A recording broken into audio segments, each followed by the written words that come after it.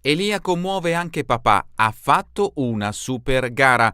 Benvenuti ad un nuovo appuntamento con Edicola Belluno, la rassegna stampa di Radio ABM, edizione di oggi di giovedì 19 febbraio 2026. La notizia che mettiamo in risalto è quella del secondo successo del bellunese Elia Barpa alle Olimpiadi Milano Cortina 2026. Beppi Barpa ha corso contro Ogden, non uno qualsiasi, ha messo Pellegrino nelle condizioni migliori.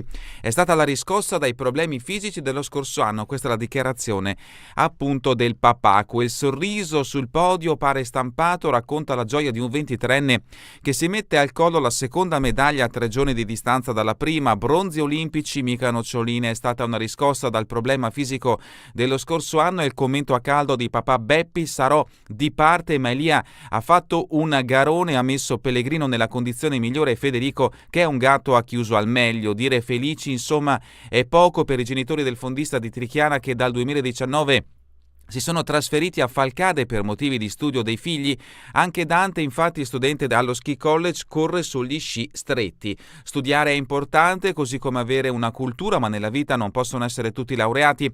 È la considerazione di Beppi Barpa, architetto, che con la moglie Barbara Paul, laureata in giurisprudenza, ha sostenuto la carriera sportiva del neomedagliato olimpico. Lo sport è scuola e, come il sacrificio che richiede fa maturare più dello sgobbare i suoi libri, obbliga a saper stringere i denti, a fare delle rinunce. Le ha fatte Elia da Trichiana e il risultato profuma di podi olimpici eccezionale ieri nel portare a casa il bis dopo la staffetta 4 per 7,5 km. In Val di Fiemme, sede della gara di fondo, è andata in scena la team sprint con Pellegrino Barpa che segnano un primato. È la prima volta che l'Italia va a medaglia in questo format dei Giochi Olimpici, precisa Beppi Barpa. Nelle 3 frazioni Elia se l'è vista con Ben Ogden, non uno qualsiasi, visto che è arrivato secondo nello sprint individuale. Il batticuore c'è stato fino a gara finita perché sono tanti gli imprevisti, dallo scivolone al bastoncino che si rompe fino alla sciolina sbagliata. In realtà ieri i rischi non c'era, la neve era dura, impossibile sbagliarla. Ad applaudire ed emozionarsi, oltre al fratello Dante e a mamma Barbara Paul, c'erano i bambini dello sci club Val Biois che hanno approfittato del giorno di festa da scuola per vedere il loro eroe in pista, e poi gli amici e tutto il gruppo dei Vasa Broche Poiana.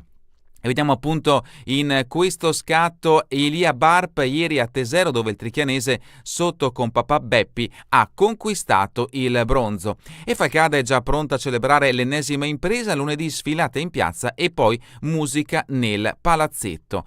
Ma sempre in merito ad Elia Barpa, Ski College nella storia, un bottino di medaglie migliore della Finlandia, con l'argento e i 3 bronzi conquistati da Franzoni, Dalmasso e Barpa. La scuola di Falcade sopravanza intere nazioni, senza dimenticare i successi in Coppa del Mondo. Un argento e 3 bronzi è il bottino con il quale lo Ski College Veneto di Falcade ha messo finora la sua firma in questa Olimpiade invernale, collezionando più medaglie o più pesanti di intere nazioni, come la Finlandia, tanto per fare un esempio clamoroso, ferma al momento a 4 bronzi, o come Belgio, Nuova Zelanda, Polonia, Lettonia, ancora una medaglia. Ancora una volta Elia Barpa ha scritto ieri in una nota di giubilo allo Ski College: l'impegno, il duro lavoro e la costanza danno risultati importanti. Vediamo sempre in questo scatto il tripudio in una nota: siamo fieri di Elia, ragazzo serio e caparbio, premiato per la sua costanza. Ora il 23enne si cimenterà nella 50 km di sabato, l'ha fatta solo 2 volte,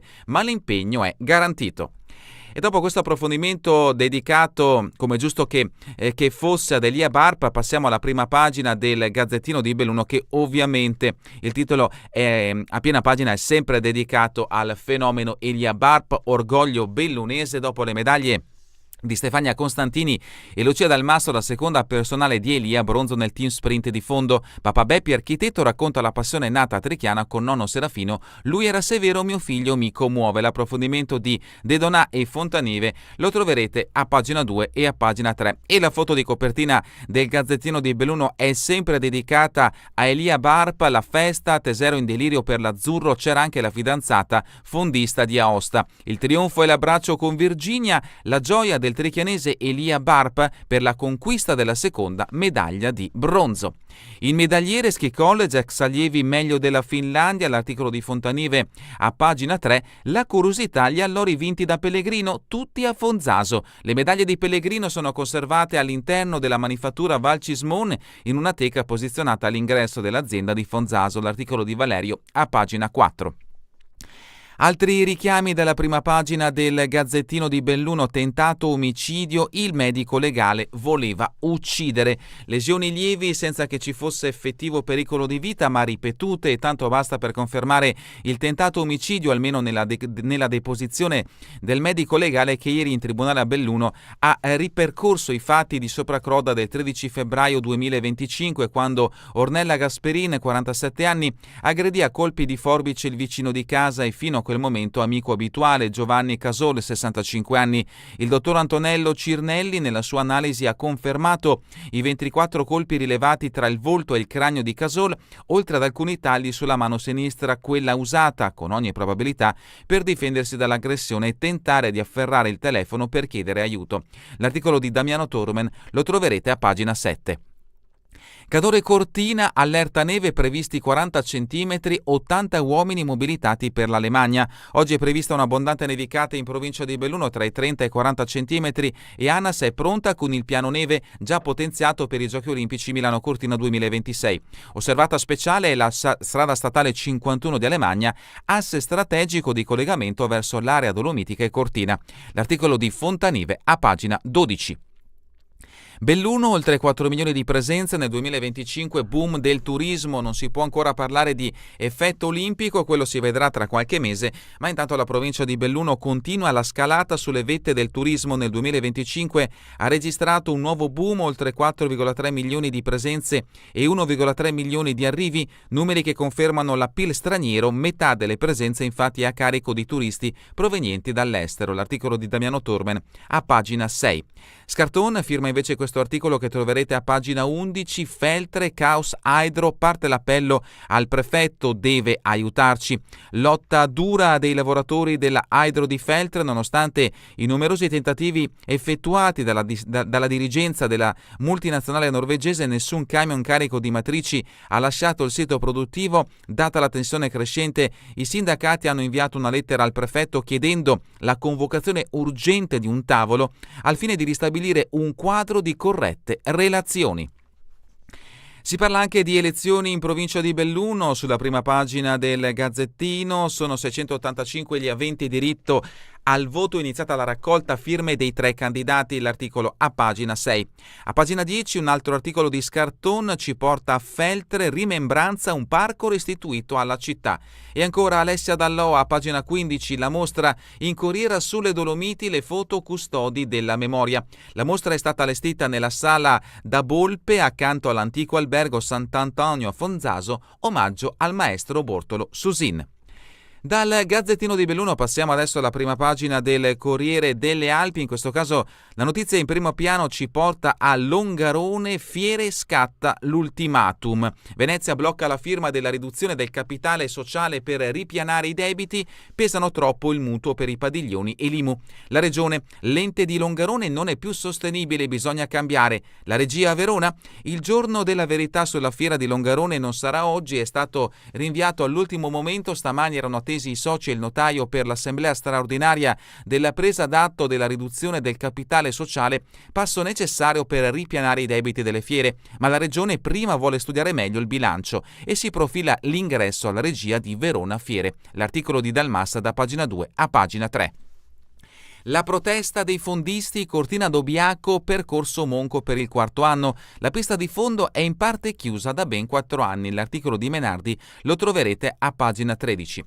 Anche il Corriere delle Alpi dedica spazio come richiamo sulla prima pagina al fatto di cronaca avvenuta un anno fa nel capoluogo bellunese, la pugnalatrice del vicino, mi volevano avvelenare. Il processo per il tentato omicidio di Sopracroda, l'articolo di Sosso a pagina 18. Lo sponsor auto non si trova, official partner Cortina costretta a un nuovo bando, si va al ribasso. Il contratto con Audi è scaduto, ma la gara di gennaio da 2,8 milioni è andata deserta. L'articolo di Ali Prandi a pagina 28. A pagina 6 il ribaltone regionale, De Carlo lascia, Speranzon nuovo coordinatore di Fratelli d'Italia. De Carlo ha inviato alla Meloni la lettera con cui rinuncia all'incarico di coordinatore regionale. E la foto di copertina del Corriere delle Alpi ci riporta Longarone, intervista all'ex ordinario di idraulica all'Università di Padova. La centralina è uno sfregio, Vajont, la sfuriata di Dalpaus. Ma di cosa stiamo parlando? Scherziamo? Con 2000 morti ancora così vivi nella memoria di tutti, non dovremmo neppure azzardarci di tirar fuori queste speculazioni. A parlare è il professor Luigi Dalpaus. L'approfondimento con l'intervista del Corriere delle Alpi lo troverete a pagina 20. L'attrice Cristina D'Alberto di Feltre torna nel cast di Un posto al sole. Il ritorno in TV dopo 11 anni è drammatico. Intubata e sul tavolo operatorio, la vita pesa un filo, reduce da un gravissimo incidente stradale. Greta Fournier, storico personaggio della soap opera Un posto al sole, ha sempre il volto di Cristina D'Alberto, l'attrice feltrina 48enne che dunque torna sugli schermi di Rai 3. Un rientro col botto, dice lei stessa, vista la modalità scelta dagli sceneggiatori. L'approfondimento di Curto a pagina 24. E anche il Corriere delle Alpi dedica spazio al successo di Elia Barp. C'è un'altra medaglia bellunese, Barp bronzo nel fondo a squadre. Elia Barp da Falcade regala un'altra medaglia bellunese in coppia con Federico Pellegrino, si mette al collo la seconda medaglia olimpica di Milano Cortina 2026. È bronzo della sprint a squadre nello sci di fondo e accade in un'altra giornata da libri di storia per i colori azzurri, perché in serata Arianna Fontana centra l'argento nella staffetta femminile dello short track ed è la sua 14ª medaglia. Nessuno come lei nello sport italiano. L'approfondimento da pagina 34 a pagina 43. E sempre in merito alle Olimpiadi, parliamo in questo caso delle Paralimpiadi che si svolgeranno completamente a Cortina da un pezzo. No dell'Italia all'inno russo, Ucraina furiosa, Paralimpiadi sull'orlo del boicottaggio. L'Ucraina non parteciperà all'apertura delle Paralimpiadi, protesta contro la presenza di russi e bielorussi con bandiere ed inni. L'Italia esprime totale contrarietà. L'articolo a pagina 38. Ed è davvero tutto per questa edizione di Edicola Belluno. Vi ricordo che torneremo in replica questa sera via streaming alle 20, domani mattina all'1 ora locale italiana. A voi tutti un buon proseguimento di giornata in compagnia come sempre di Radio ABM, la web radio dell'Associazione Bellunesi nel Mondo.